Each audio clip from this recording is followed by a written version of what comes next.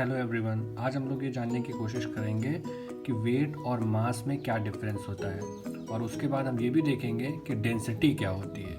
Okay, तो चलो फिर स्टार्ट करते हैं। आप लोगों ने अक्सर देखा होगा साइंस में हमें कहीं कहीं पे वेट लिखा आता है, कहीं कहीं पे मास आता है, तो हम लोग अक्सर कंफ्यूज हो जाते हैं कि वेट क्या है और मास क्या है। तो इसमें ज़्यादा डिफरेंस नहीं होता, बहुत छोटा सा डिफरेंस होता है। मास जो होता है वो किसी भी ऑब्जेक्ट का एक्चुअल भार होता है। एक्चुअल भार का मतलब कि मान लो हमारे पास कोई ऑब्जेक्ट है तो उसका जो टोटल वेट है ना, उसको हम बोलते हैं मास। अब इसमें क्या होगा, कोई भी ऑब्जेक्ट है तो इसमें मॉलिक्यूल्स होंगे छोटे छोटे, तो ये जो मॉलिक्यूल्स हैं इनका जो टोटल वेट होता है, जो एक्चुअल वेट होता है, उसे हम मास कहते हैं। अब आपके मन में आएगा एक्चुअल वेट को मास कहते हैं तो फिर वेट क्या है।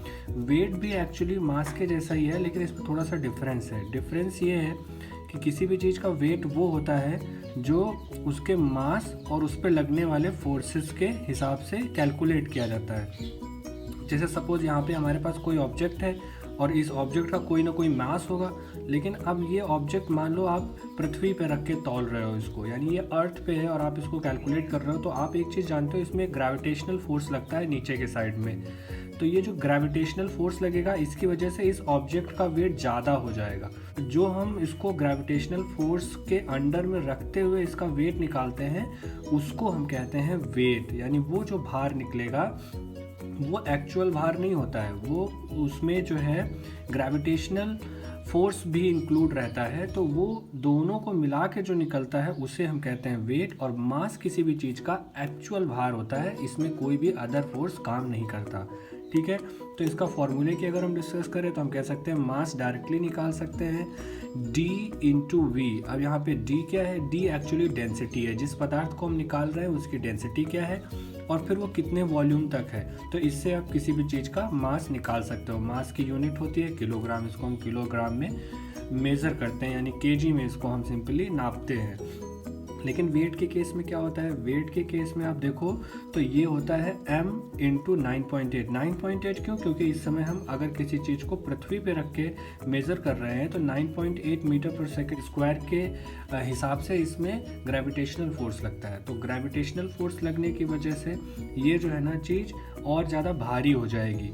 तो इसको हम ये कह सकते हैं कि वेट जो है F इज इक्वल टू होता है m इंटू 9.8। ये किस केस के लिए है, ये अर्थ के केस के लिए है, क्योंकि यहाँ पे अगर हम कहीं और कोई चीज़ को ले जाके मून में मेज़र करते हैं तो वहाँ पे अलग ग्रेविटेशनल फोर्स लगेगा। ठीक है, या किसी और ग्रह पे ले जाते हैं तो फिर उसका अलग ग्रेविटेशनल फोर्स लगेगा, या किसी अलग इन्वायरमेंट में ले जाते हैं तो जितना भी फोर्स नीचे की साइड लगेगा उससे हम एक्चुअल मास में मल्टीप्लाई कर देंगे तो हमें उस वस्तु का वेट मिल जाएगा। और इसको मेज़र करने के लिए हम यूनिट यूज़ करते हैं, वो होती है न्यूटन, यानी वेट हमेशा न्यूटन में मेज़र किया जाता है। अब इन दोनों से मिलता जुलता और थोड़ा सिमिलर सा है जो हमें बहुत कंफ्यूज करता है, वो है डेंसिटी।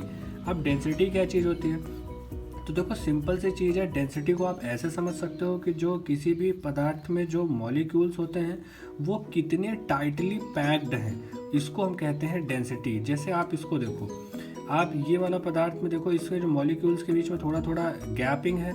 अभी मैं इसी के बगल में एक और बना देता हूँ, तो अगर यहाँ पे कोई ऐसा पदार्थ है जिसके मॉलिक्यूल्स के बीच में बिल्कुल भी गैप नहीं है, यानी ये बहुत ही टाइटली पैक्ड एटम्स हैं इस मॉलिक्यूल के, तो हम ये कह सकते हैं कि ये वाला लेस डेंस है और ये मोर डेंस है, यानी कि इसकी डेंसिटी ज़्यादा होगी और इसकी डेंसिटी कम होगी।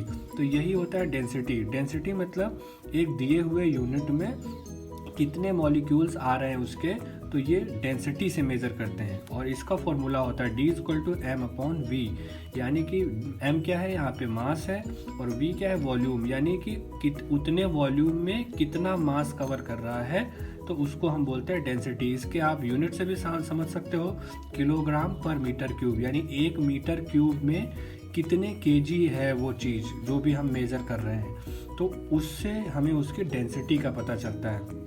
डेंसिटी अलग अलग चीज़ों की अलग अलग हो सकती है। जैसे आप अगर देखोगे सिंपल वे में, तो आप देखोगे जो गैस होती हैं, गैस की डेंसिटी बहुत कम होती है, इनके मॉलिक्यूल्स बहुत दूर दूर होते हैं। लेकिन वही अगर आप लिक्विड के केस में देखोगे तो इनके मॉलिक्यूल्स थोड़ा पास पास होते हैं, गैस की तुलना में इनके मॉलिक्यूल्स पास होते हैं। लेकिन अगर आपको वही कोई सॉलिड दे दिया जाए तो सॉलिड के केस में आप देखोगे इसकी डेंसिटी बहुत हाई होती है, इनके मॉलिक्यूल्स बहुत ही ज़्यादा करीब होते हैं। आई होप अब आपको इन तीनों के बीच में डिफरेंस प्रॉपर्ली समझ में आ गया होगा।